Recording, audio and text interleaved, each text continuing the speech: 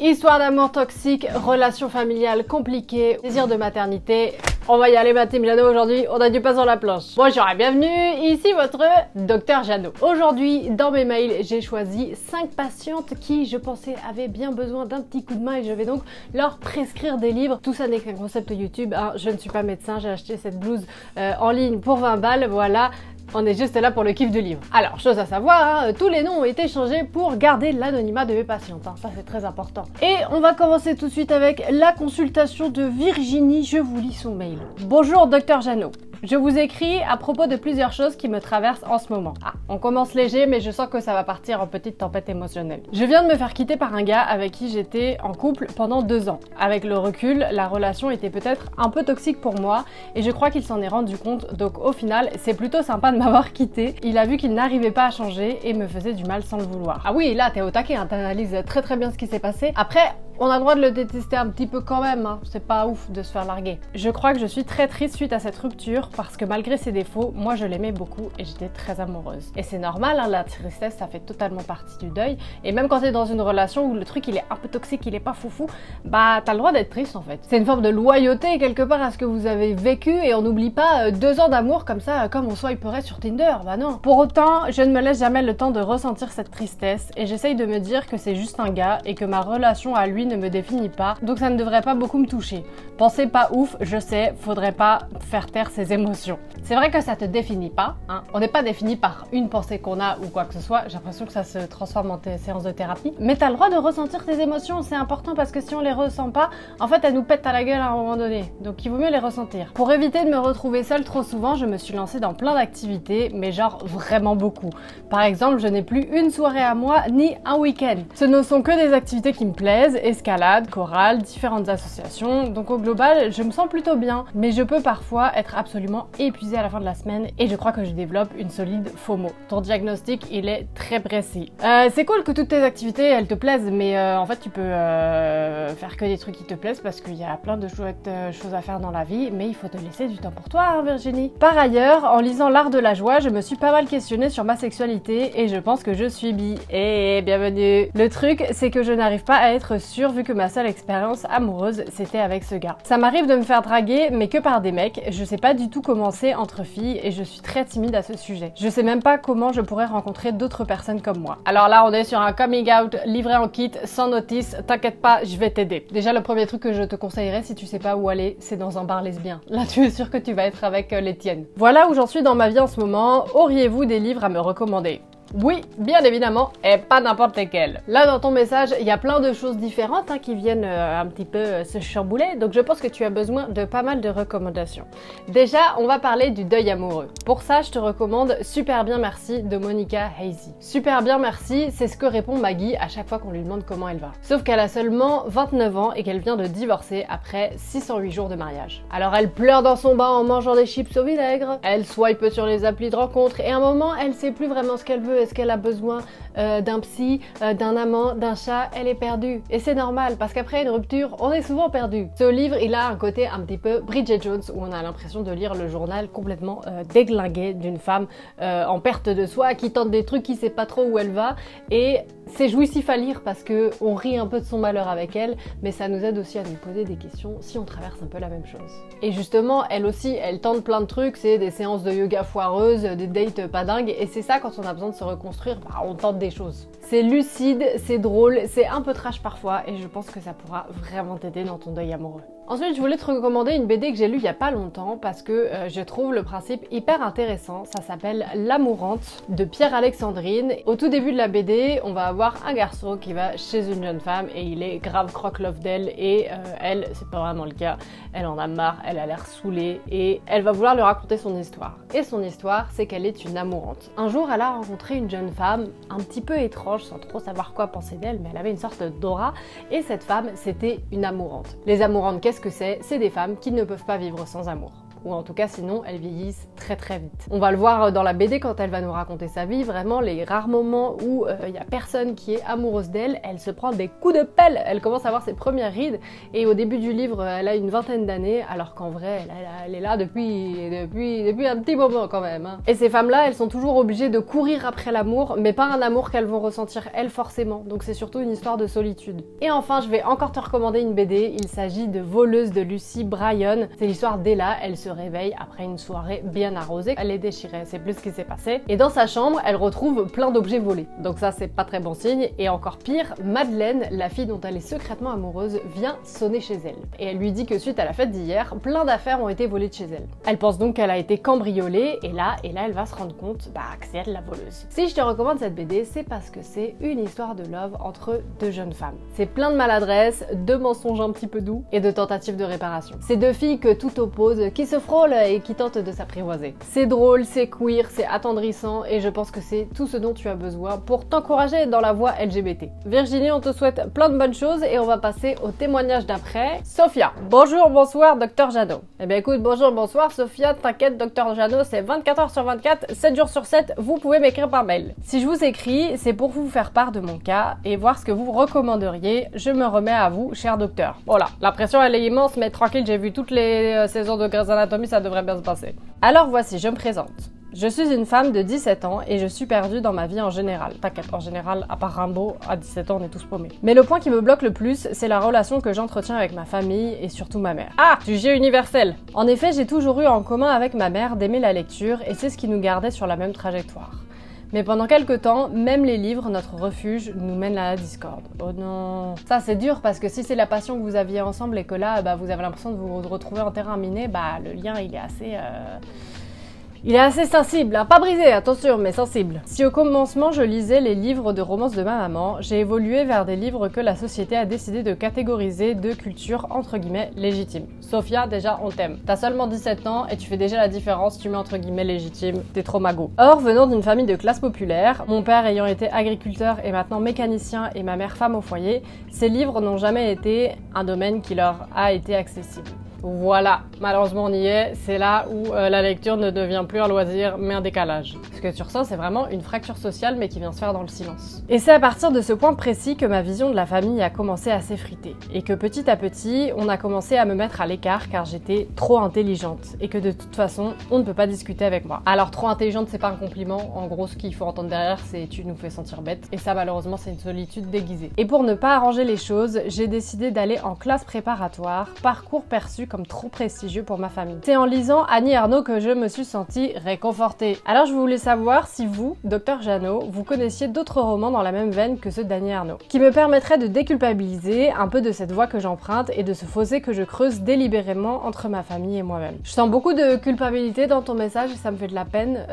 C'est pas de ta faute si ce fossé il est en train de se creuser. Toi t'es en train de tracer ta vie, de voir ce que t'as envie de faire plus tard et c'est aussi à eux de trouver un moyen de t'accompagner, même si ça leur paraît difficile. En tout cas, c'est pas de ta faute. Et si je peux continuer, sinon, si c'est trop long, coupez-moi. J'ai appris récemment que mon état psychologique aux tendances dépressives, je l'avais hérité de ma mère. C'est à ce moment que je me suis rendu compte que si je m'entendais si mal avec elle, c'était peut-être parce qu'on se craignait mutuellement en se ressemblant trop. Alors, Dr Jeannot, sauriez-vous me conseiller des romans qui traitent des relations mère-fille compliquées? Des romans qui peut-être expliquent comment arranger les choses, comment je pourrais peut-être un jour renouer de façon saine avec ma mère. Enfin, bien que je doute que ceci existe, j'aimerais, Dr Jeannot, tout du moins pouvoir lire dans un livre une relation que j'aimerais vivre dans cette réalité, expérimenter une fin heureuse entre une mère et sa fille qui s'aiment, mais qui, malgré de nombreux efforts, finissent toujours par s'éloigner un peu plus. Et du coup, on va sortir l'ordonnance parce qu'il y a ce qu'il faut. Déjà, si tu ne l'as pas encore lu, j'ai envie de te recommander La Petite Dernière de Fatima Das. La Petite Dernière, c'est un roman qui parle doucement, mais qui cogne fort. Fatima, c'est la benjamine d'une famille très croyante qui a grandi à Clichy-sous-Bois. On se retrouve entre le métro, la mosquée, les silences. Fatima, c'est une jeune femme qui est très pieuse, respectueuse et lesbienne. Et ça va l'éloigner de sa famille.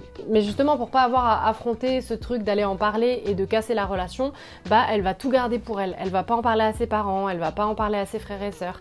et en fait elle va vivre ce deuil un peu toute seule en se disant que sa famille la connaîtra jamais véritablement. Jusqu'à la sortie du livre au moins. Et en fait la personne surtout à qui elle n'arrive pas à l'avouer, c'est elle-même, alors son seul remède c'est l'écriture. Chaque chapitre commence par « Je m'appelle Fatima Das », un peu comme un mantra, ou comme si elle essayait de s'en persuader elle-même. Et elle va raconter ses contradictions, ses tiraillements, le sentiment aussi d'être de trop, que toi aussi tu peux ressentir. Pour certains, elle est trop intelligente, pour d'autres, elle est pas assez croyante. En fait, c'est vraiment ce sentiment de jamais être véritablement à sa place, de pas réussir à rentrer dans une seule case. Et c'est pour ça que je pense que toi, Sophia, tu vas beaucoup te retrouver dans son écriture. Parce que toi aussi, tu sais ce que c'est que d'essayer de cacher une partie de soi-même à sa famille, même quand on l'aime. Ensuite, je voulais te recommander une BD, il s'agit d'une farouche liberté de Gisèle Halimi et d'Annick Cogent. Là, on est sur une giga big boss. Gisèle Halimi, c'est l'avocate qui a défendu les femmes avortées avant la loi Veil. Elle s'est battue contre la torture en Algérie qui a bousculé des juges, des ministres et même des présidents. Mais avant ça, c'est juste une petite fille juive et algérienne qui a grandi dans une famille qui voulait qu'elle ne pense pas trop. Et surtout sa maman qui lui disait qu'il fallait qu'elle soit comme il faut. Discrète, mariée, domestiquée. Échec total.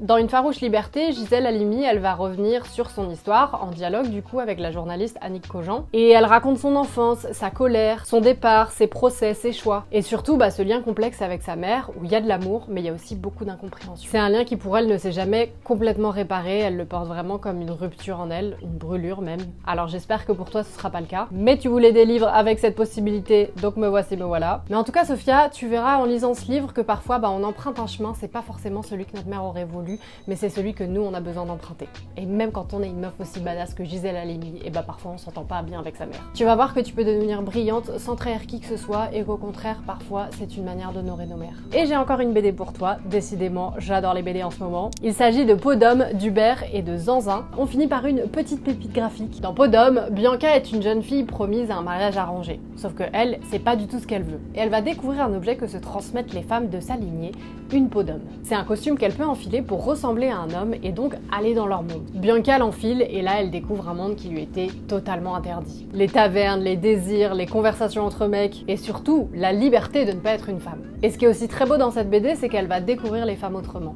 Et elle commence aussi à comprendre sa mère, je ne t'en dis pas trop, mais c'est profond, c'est fluide. Alors non, ta mère ne va pas te léguer une peau d'homme, spoiler peut-être, je ne sais pas, remarque. Mais en tout cas, je pense que cette BD, elle peut t'aider à te montrer comment est-ce qu'on peut s'aimer soi, continuer d'aimer les autres autour de nous, mais aussi faire ce qu'on a envie de faire. On entend énormément la machine à laver, je suis navrée. Ok, Fatia, c'est ton tour. Coucou Docteur Jeannot.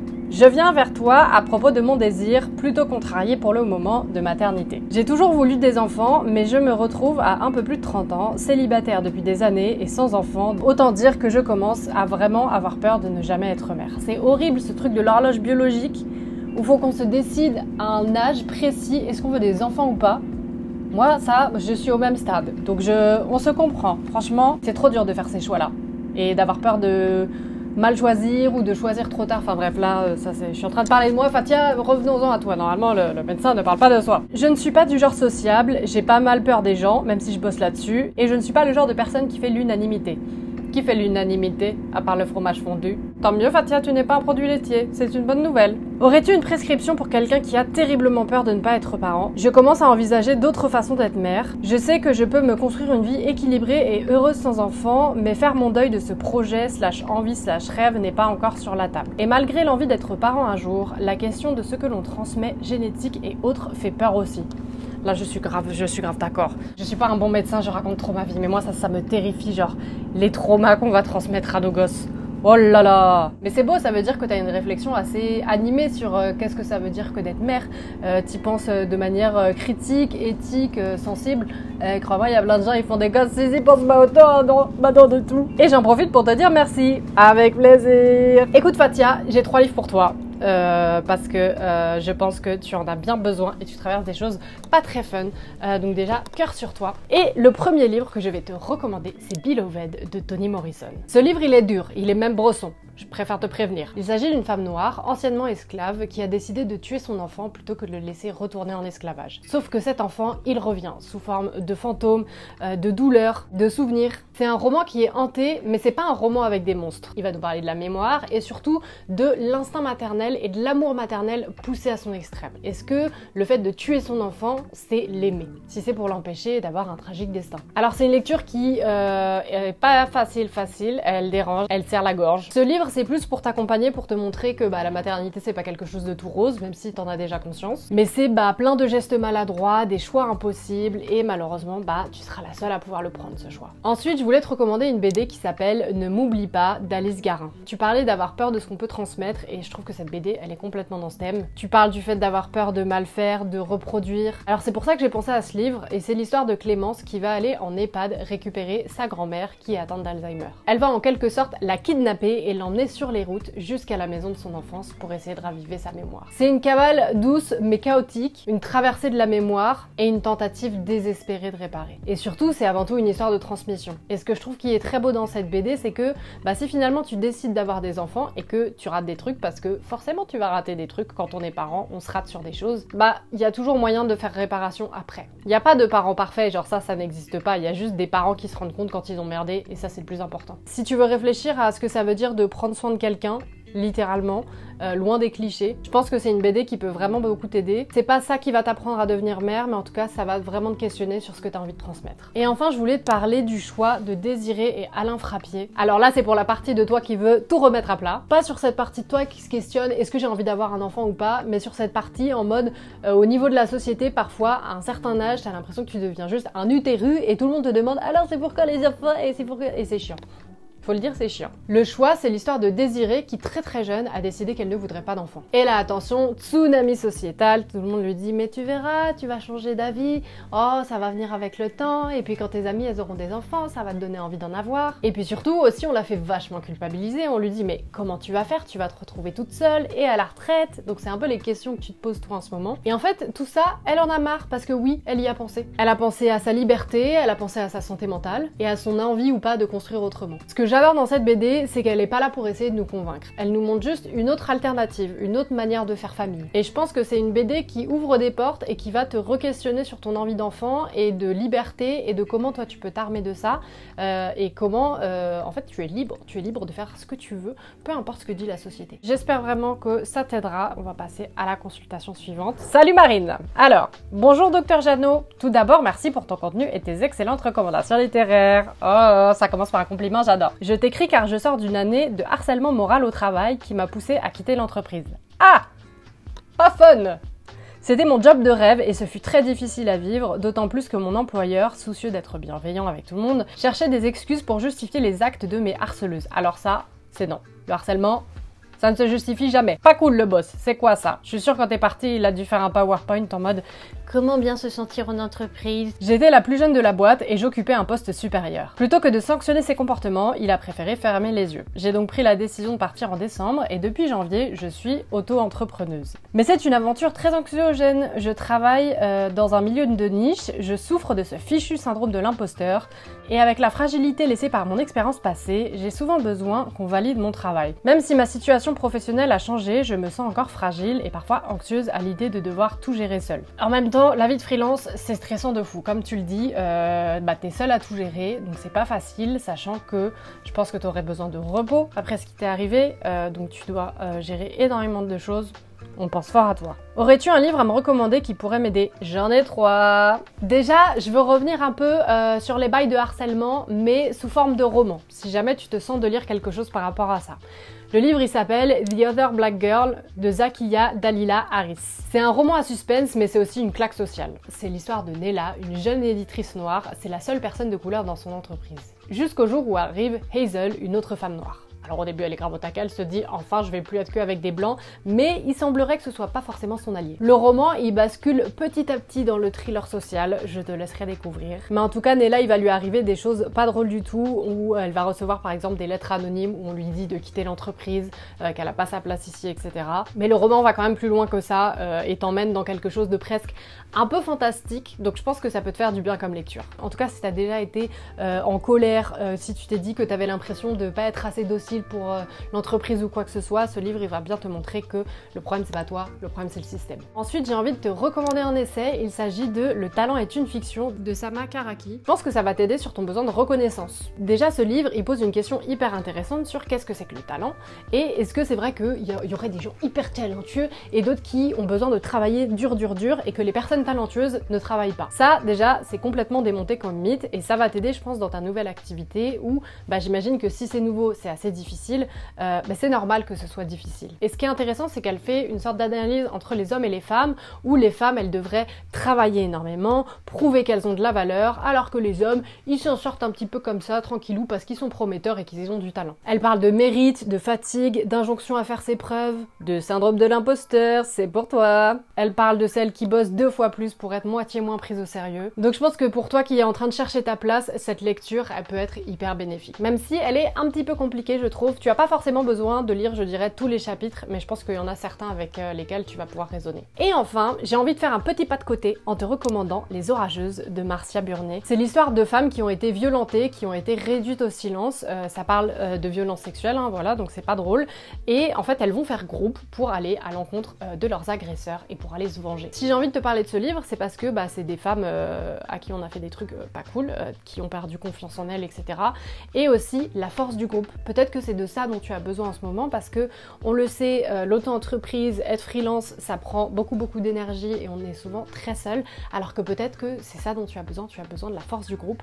Et c'est ça que tu vas découvrir dans Les Orageuses, c'est un groupe de femmes qui vraiment, on se dit, on a envie de partir avec elles, de faire plein d'actions. Enfin, c'est un livre qui est hyper motivant. C'est radical, c'est féministe et c'est un livre, je trouve, qui accueille toutes les émotions, pas forcément très jolies, dont on sait pas quoi faire, la colère, la honte. Moi, j'ai adoré. Alors, je te souhaite bien du courage et on termine avec Aminata et ses histoires de love. Salut Docteur Jadot. Déjà, on dit que les meilleurs cordonniers sont les plus mal chaussés, mais toi, tu portes ton costume à 20 € comme une reine, tout en donnant d'excellents conseils, bravo. Arrête Aminata, oh là là, c'est trop mignon. J'ai acheté mon doctorat émotionnel chez Kiabi. J'ai rencontré quelqu'un qui me plaît et j'ai récemment appris que ses sentiments étaient réciproques. Que pourquoi faire simple quand on peut faire compliqué? Le bougre habite en ce moment à l'autre bout du monde.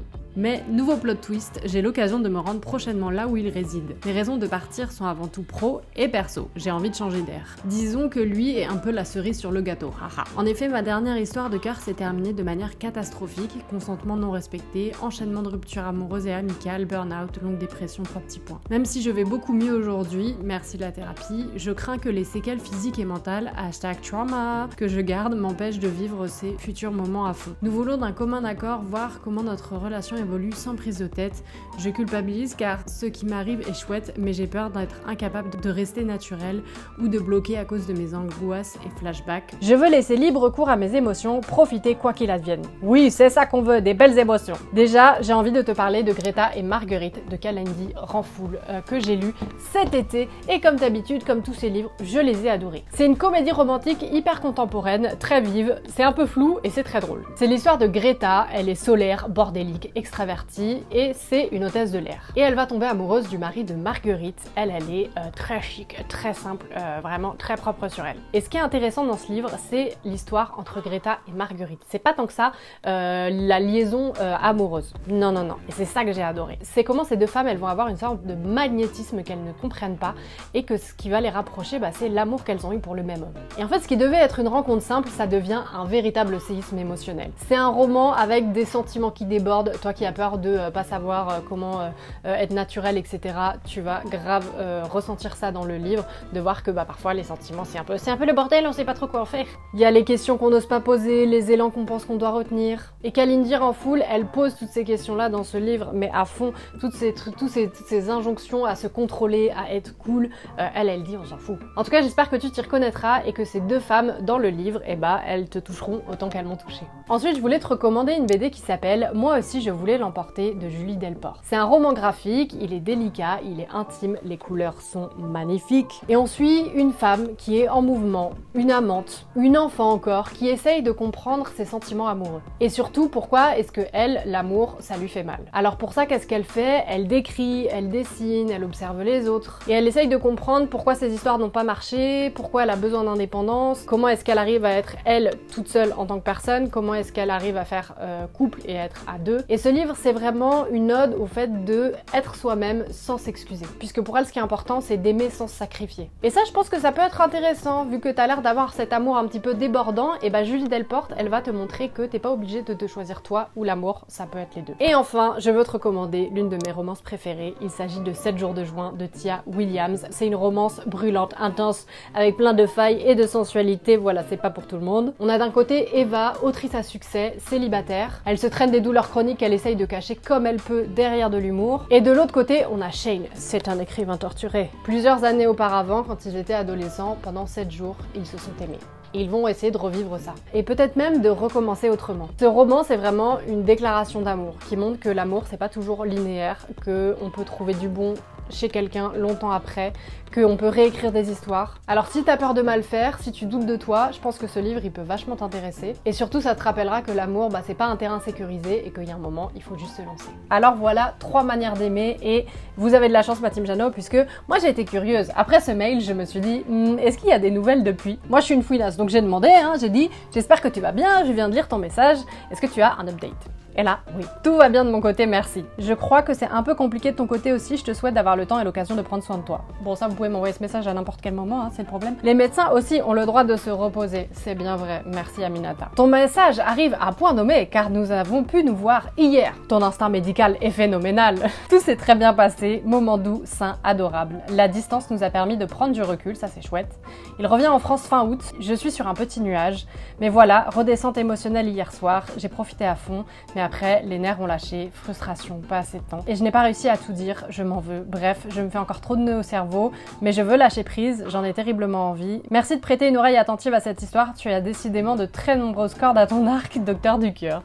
Trop chou. C'est donc tout ce que j'avais pour vous aujourd'hui, ma team Jeannot, j'espère vraiment que cette vidéo vous aura plu. Si vous avez envie, vous aussi, d'une petite consultation, n'hésitez pas à m'envoyer un mail à janocelivre@gmail.com. Vous m'écrivez bien Docteur Jeannot dans le titre du mail parce que sinon je vais m'y perdre. Et puis vous aurez peut-être la possibilité d'apparaître dans la prochaine vidéo. Voilà, j'espère que en tout cas ces livres auront aidé les personnes concernées et peut-être d'autres, peut-être que vous êtes retrouvés dans ces histoires. En tout cas voilà, c'est le but, que moi je puisse filer un petit coup de main, ça me fait plaisir. Si vous avez aimé cette vidéo, vous pouvez la liker. Si c'est pas encore fait, vous pouvez vous abonner, vous pouvez la partager. Et puis moi, je vous dis à très vite dans une prochaine vidéo. Allez, salut!